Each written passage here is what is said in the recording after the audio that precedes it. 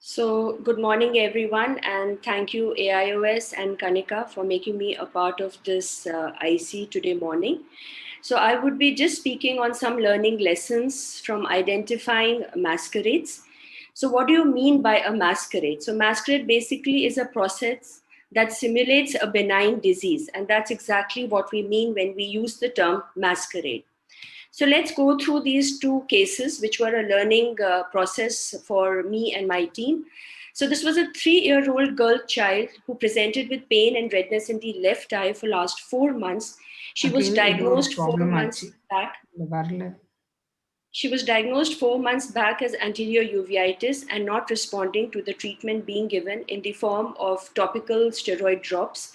She had also developed a secondary glaucoma and was already on 2 anti-glaucoma medications.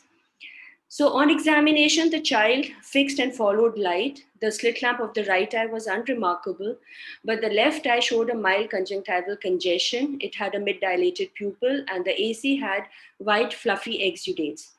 But to our surprise, where we were very highly suspicious of a retinoblastoma in this child, the central fundus appeared all very normal. So we said, okay, maybe we are not able to pick up a peripheral lesion, so let's go ahead and do a B scan. And to our utter surprise, even the ultrasound B scan was absolutely normal. So this was a big dilemma in our mind that what this child was having. So this is the fundus. You see, it's absolutely normal. The baseline blood investigations were all normal. The child was planned for examination under anesthesia. The IOPs were still high, even though the child was already on 2 anti-glaucoma medications. So we went ahead and planned an examination under anesthesia, and the ciliary processes were still found to be studied 360 degree with this fluffy white material. So, though reluctant, we went ahead and did a long intracorneal track AC tap using a 30 gauge needle to avoid any kind of metastasis if at all we were dealing with a malignancy which was hiding somewhere. So finally, this child was enucleated with a ball implant was done. A gross pathology of the enucleated globe showed fluffy whitish material in the anterior chamber over the ciliary body, lens zonules and anterior vitreous.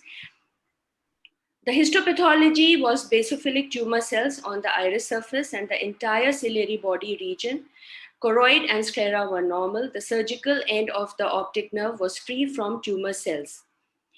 And cytopathology put our entire diagnostic dilemma to rest, where there were numerous basophilic cohesive cells with hyperchromic nuclei and scanty cytoplasm, very highly suggestive of a retinoblastoma. So ultrasound, abdomen, and MRI was normal. There was no further intervention which was advised to this child because the child did not have any high-risk features such as involvement of the optic nerve or choroidal invasion. She was reviewed by the pediatric oncologist, and the final diagnosis that we arrived in this child was a diffuse anterior retinoblastoma. Now, when we reviewed the literature, what exactly is a diffuse anterior retinoblastoma? This is a term which was coined by Gross-Niklaus in 1998. And the average age of presentation is 6 years with no calcification at all, which is seen on the B scan. It can be sporadic and it can be also unilateral with a very slow progression and with a very poor response to the therapy. And always it has, now what we know exactly about retinoblastoma is that it always has a primary focus of tumor in retina. But in our child, we had absolutely no lesion in the retina. And what is said for diffuse anterior retinoblastoma is that you can have microscopic foci of this tumor in the retina, which is clinically not visible.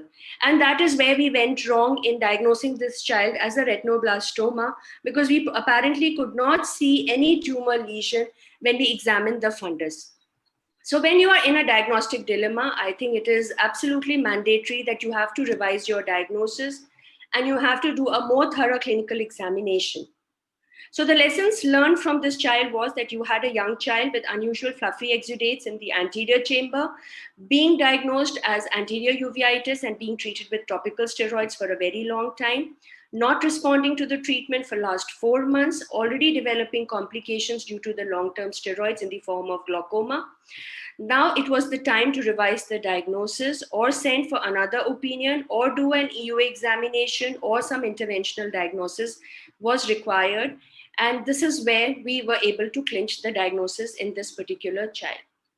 Now, the second patient, again, is another extreme age of the patient that I'm presenting, is a 72-year-old male patient with diminution of vision in the right eye for last 3 months, hypertensive and on treatment for last 15 years, with a past history of non-Hodgkin's lymphoma in 2015, but already in remission phase, now diagnosed with uveitis and vitritis.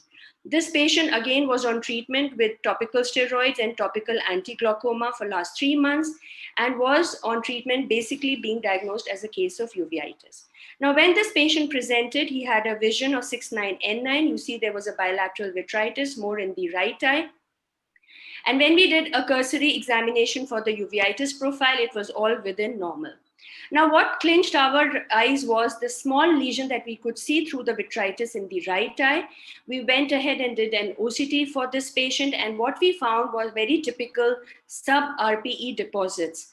So we went ahead and did a diagnostic vitrectomy after stopping oral steroids for 2 weeks. The vitreous sample taken was sent for cytopathology and for immunochemistry. But this was really not very suggestive of anything. It just showed high cellularity with sheets of lymphocytes, and it suggested a chronic or an acute non-specific inflammatory reaction. Even the immunohistochemistry report showed acute on chronic inflammation with no evidence of any kind of malignancy. A PET scan of the whole body was done, and the oncologist confirmed to us that the patient was actually in a remission phase, and there was evidence of no active lesion in the body.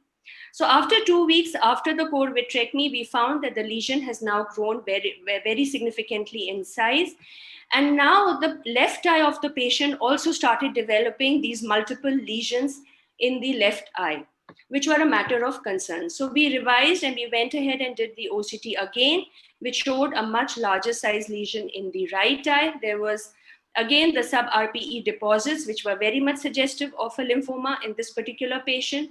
Very classical appearance even in the left eye, which was suggesting us that we are dealing with an intraocular lymphoma.